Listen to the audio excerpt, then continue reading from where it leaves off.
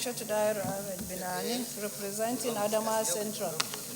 Mr. President, my point of order is Order 43, personal explanation. By the indulgence of the Senate and the leave of the President of the Senate, a senator may make a personal explanation, although there be no questions before the Senate, but no controversial matter may be brought forward, nor may debate arise upon the explanation.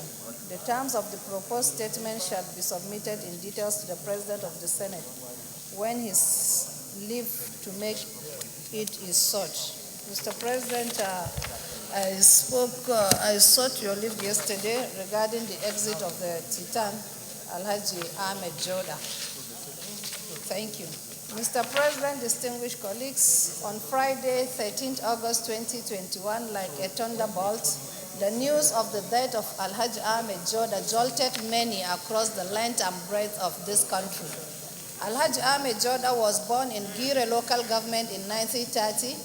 His great-grandfather was Modi Boraji, a 19th century Islamic scholar, while from his mother's side he belonged to the scholastic family of Modi Bogire.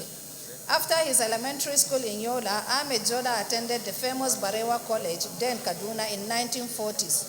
Upon completion of his secondary school, he worked briefly at the Mo Plantation in Ibadan and also at Yola as plantation and forestry officer, respectively. Thereafter, he opted for a career in journalism at the Gaskia Corporation in Zaria. Subsequently, he proceeded to Pitman's College, London, for a diploma course in journalism between 1954 to 1956. Upon his return, he went back to Gaskia Corporation, Zaria, worked as a journalist and correspondent of the Nigerian Broadcasting Services. Later on, he joined the Northern Nigerian government as its chief information officer. Between 1962 and 1967, he served as a permanent secretary in Northern Nigeria Ministry of Information, where he closely worked with the late Sir Madu Bello, the Sardauna of Sokoto. In 1967, his services were transferred to Lagos, joining the Federal Public Service as a permanent secretary, Federal Ministry of Information, during the crucial years of the Civil War, 1967 to 1970. It was during his years in the Federal Ministry of Information that Joda left indelible legacies in public service. President Obasanjo eulogized Joda, who, alongside other elder statesmen like Philip Asiodu, Alison Aida, and Malam Liman Chiroma, as those who saved Nigeria from breaking up following the 1966 coup. Throughout the Civil War years, Joda was working closely with other notable Nigerians round the clock, visiting all major powers of the world, from Soviet Union to Europe and America, to ensure a speedy end of the war. The likes of Sam Ikoku, MD Yusuf, and Ukpabi Asika were always with Joda. On moving to Ministry of Education, Joda saw to the rapid expansion of Federal Unity Schools and student exchange program as a means of cementing Nigeria's unity. Several institutions of the ministry were established during his time, like the National Universities Commission, NUC, the National Teachers Institute, NTI, among others. He retired in 1978 from the Federal Ministry of Industries as a permanent secretary. Baba Joda was a detrabras Nigeria who built bridges of unity in diversity across the country and died with the belief of one united Nigeria. After retirement from public service, Baba Joda served on the board of NNPC, NCC, Pastoral Reserve, SCOA, Chagori and Chagori Construction, Flour Mills of Nigeria, Nigerian NLG, among others. Ahmed Joda also played different and significant. Ahmed Joda also played. Chief Whip, the chamber is a bit noisy. Please, distinguished colleagues, let's listen in silence. Ahmed Joda also played different and significant roles in the enthronement of democracy from 1988 up to his death. He served as a member of the Constitutional Conference in 1988, masterminded constitutional transition of the Third Republic in 1999. Until his death, Baba Joda was a tireless elder statesman and passionate patriot.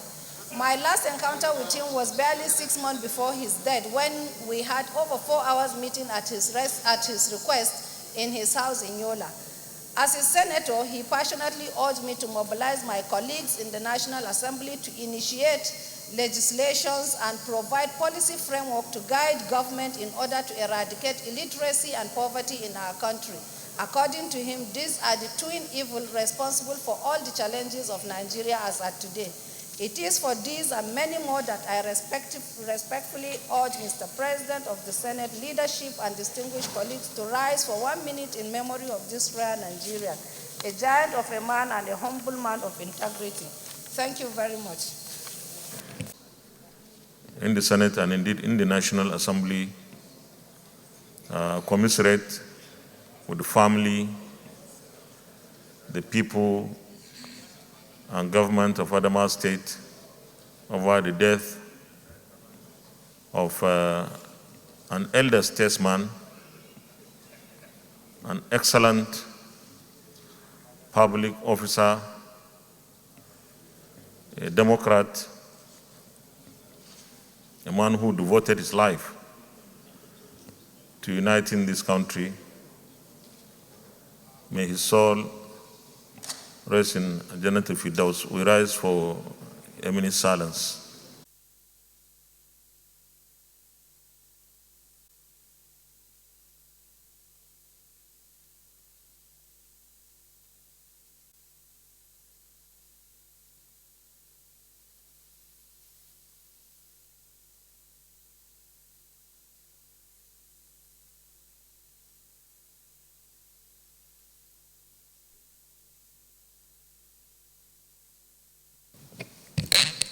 May the soul of late Alhaji Ahmed Jota rest in perfect peace.